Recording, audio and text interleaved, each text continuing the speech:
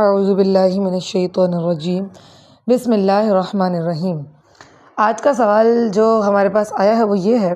کہ اگر ہم صدقہ دیتے ہیں،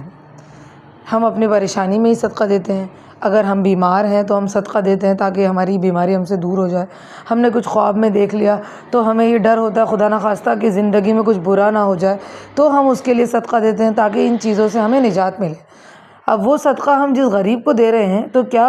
ہماری پریشانیاں، مشکلات یا بیماری وہ اس غریب کی طرف پلٹ جاتی ہے کیونکہ ہم اسے صدقہ دے رہے ہیں؟ تو اس کا جواب ہے شریعت مطہرہ کی روشنی میں کہ نہیں، بالکل نہیں۔ ایسا نہیں ہے کہ ہم اگر صدقہ دے رہے ہیں جس مشکل کی وجہ سے اور جس کو دے رہے ہیں تو اس کی مدد ہو رہی ہے اور ساتھ ساتھ وہ بلا بھی اس کی طرف پلٹ رہی ہے یا وہ مرض اس کی طرف پلٹ رہا ہے، تو ایسا بالکل نہیں ہے۔ ہم جو صدقہ دیتے ہیں وہ اپنی نیک نیتی کے ساتھ اور اللہ کی راہ میں اس غریب کی یا کسی ضرورت مند کی مدد کرتے ہیں تو مدد اس کی ہو جاتی ہے اور اللہ کی طرف سے ہماری وہ مشکل ٹل جاتی ہے۔ وَمَا عَلَيْنَا إِلَّا الْبَلَاغُ الْمُبِينُ۔